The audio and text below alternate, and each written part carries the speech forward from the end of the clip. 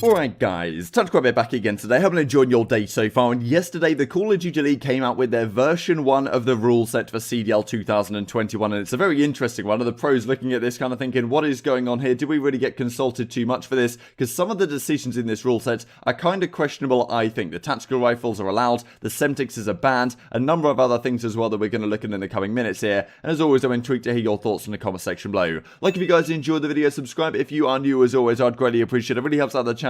Thank you very much for doing that. First of all, before we get into things, thought this was kind of funny from Crimsix. Hasn't necessarily had the best of luck in these $25,000 tournaments, and as he says, they've absolutely slaughtered my vibe, just trying to scrim with the bros in 4v4, team v team. To me, that is the highest level of enjoyment I have in Call of Duty, and as he says, got invited to 2 tournaments outside of our own Dallas Empire one, not a single captain slot, so yeah, Crim not particularly happy about it, but you know, at the end of the day, if he'd have won some of these tournaments, maybe he would have had a slightly different mindset on the matter. And also to point this out, there's going to be some more ESports Awards announcements coming tonight. I imagine the Call of Duty players are going to do relatively well, as they tend to do. But yesterday, the Eavesdrop podcast, which I'm sure a number of you guys have watched, and I've used plenty of clips on this channel from the Call of Duty pros that have been on there and other guys as well, because it's a very interesting podcast more generally. It won the content series of the year, so congratulations to Hex and Matt, who really put this series on and make it so spectacular. And well, yeah, hopefully many more awards to come later today at the Esports Awards. There's a lot of big Call of Duty names up for an award in this one. So let's talk about the rule set then. So the CoD League come up with this yesterday. New Call of Duty League Challengers details now on the website, but also competitive settings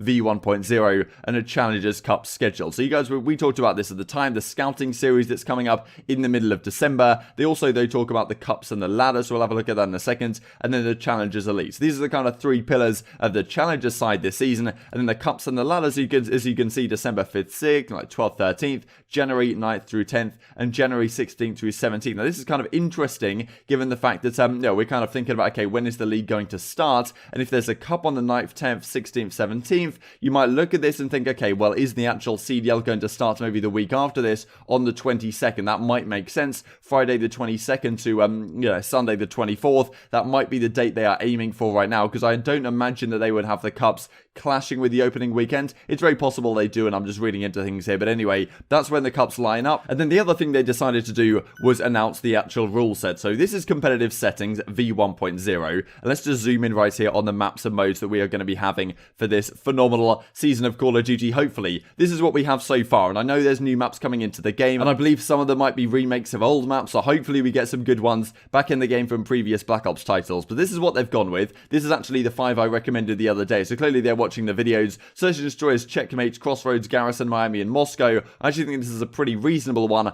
Hardpoint, they've gone for Cartel, Checkmate, Crossroads, Garrison, and Moscow. So, you know, I'm not too sure about this one. I think the Crossroads, I think the Garrison, I think the Moscow are all fine. You know, Cartel is a bit of a question mark. Pros being like, okay, why is Cartel in there? So I'm not sure exactly the degree to which they consulted with the professional players, right? Because it's kind of interesting to hear that there's all these channels of communication between the pros and the developers directly, right? They're, you know, giving their feedback all the time to Treyarch and Tony Flame, and the guys are clearly listening, as we talked about earlier today, which is great to see. But is the channel of communication there between the players and the CDL when you know, a lot of players are saying, like, why are we playing Cartel? It seems like most players, especially some of these rules that we're going to look at in a second, are like how is this approved? How do we how do we let this sneak through the cracks, I suppose? And of course they're going to be updated and changed, right? But you would imagine for the v1.0 rule set, they would have at least spoken to the professional players to decide what's going on, rather than just kind of watching games and deciding what to ban and what not to. So this is what it's going to look like. Checkmate is a map in all 3 game modes, which kind of surprises me, and I kind of hoped wasn't the case, but it does seem to be the case for now. So anyway, we can see the game settings right here for hardpoint, 5 minutes, you know, 2 seconds,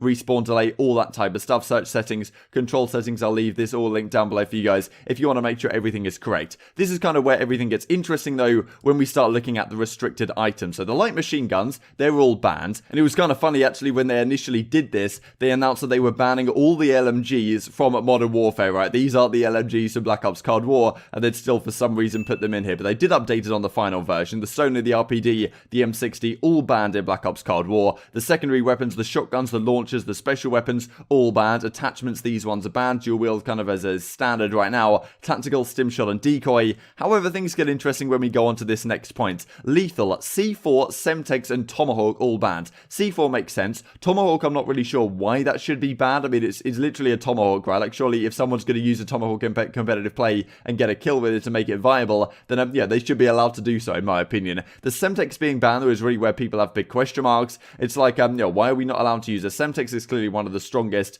you know, lethals in the entire game, but if someone has flak jacket on, it's really not too strong, and, you know, much better than using a frag grenade, in my opinion. Frag grenades are kind of cumbersome to a degree, so pros are like, why is the Semtex being banned? Then, okay, the field upgrades, proximity mine, field mine, gas mine, they make sense. I mean, perks as well, these ones being banned make sense, but also one of the things that people are noticing here is that there's no bans to any tactical weapons, right? Like machine guns are all banned, but the tactical rifles, the M16 and the AUG, two weapons that are considered so strong, and yes, they did get nerfed slightly, but given the nerf to the FFAR, they're actually even more popular, it seems, in public matches than they were before, and the pros have not played with the M16 or the AUG in competitive play because they've just been considered too powerful. They imagine that those tactical rifles would be banned out of competitive, given that, you know, they have kind of been in previous titles, and, well, pros prefer to use the more traditional assault rifles, like the AK-47, like the, well, the Krig, in the current state of the game, as it does stand right now, but those weapons are not banned, right? And a lot of people are like, what's going on here? As Silly says, loading up Cartel Hardpoint with my M16 right about now, and a lot of people are saying as well, like, Lawbreaker is also allowed, a lot of the wildcards as well being allowed in competitive play, and I'm pretty sure if they'd have consulted the pros on this, or at least got a consensus, I imagine this rule set would have looked significantly different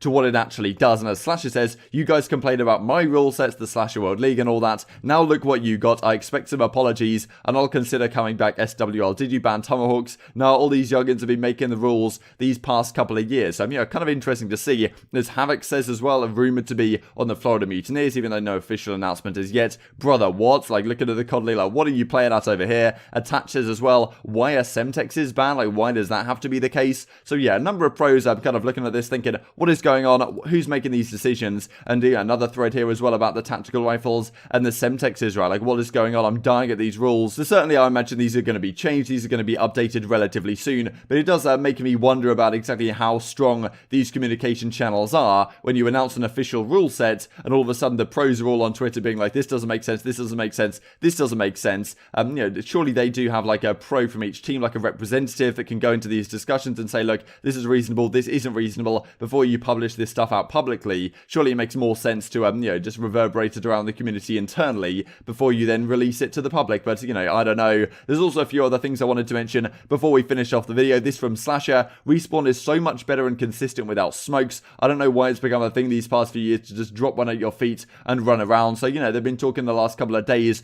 only allowing one smoke in a Respawn, only two smokes in Search and Destroy. Maybe Slasher wants to get rid of that in its entirety, and it's not banned in the rule set, of course, in the current state. World War II and before, you would see them every once in a while to block off a power spot, in Search and Destroy especially. Now in every single game or map has 50 smokes thrown inside of a hill. So, yeah, definitely players evolving in terms of how they use smokes. Slasher and probably other assault rifles, not particularly happy. And of course, there's always that bias, right, that if you're an SMG, you probably like your smoke to be able to drop it in a hill and actually contest, rather than having to deal with the assault rifle on the head glitch. Whereas if you're an AR and have an SMG just dropping a smoke in front of you so you can't kill them, then you're like, okay, can we just ban smokes out of the game? So it's kind of always difficult to say, but it tends to be that the spokesperson for these teams, if there was to be like a group huddle, I suppose, between all 12 teams, they got someone together and decided, okay, look, smokes, they're going to go from competitive play. Those players who tend to be like the leaders tend to be the assault rifles, right? So that's maybe kind of why you see that kind of mindset being favored, but we'll have to see how things develop in the future. And also, I thought Slack said something kind of funny. Imagine in competitive Search, when a player reached a 5 streak, you earned a power weapon, aka the sniper. So not allowing snipers usually, but maybe you unlocked like a Barrett 50 cal or something that, you know, once you got a 5 streak, and then you could pull that out, you could drop it on the ground, kind of like Counter-Strike,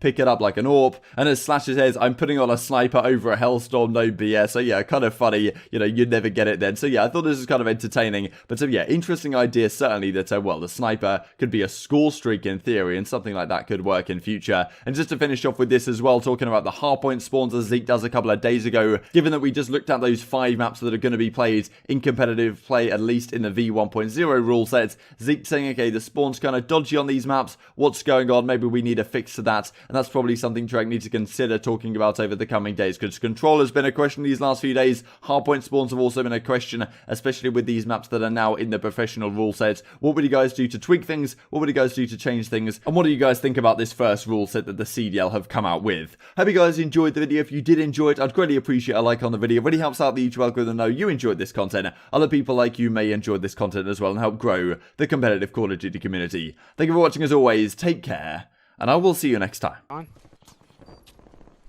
You got one. One more mid. I think there's another one there, Ken. Oh, got it. Damn, the bomb Right inside here, that shit.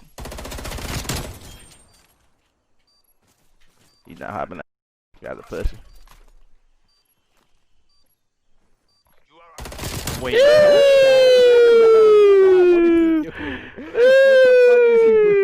Yo, this gun's godlike, bro.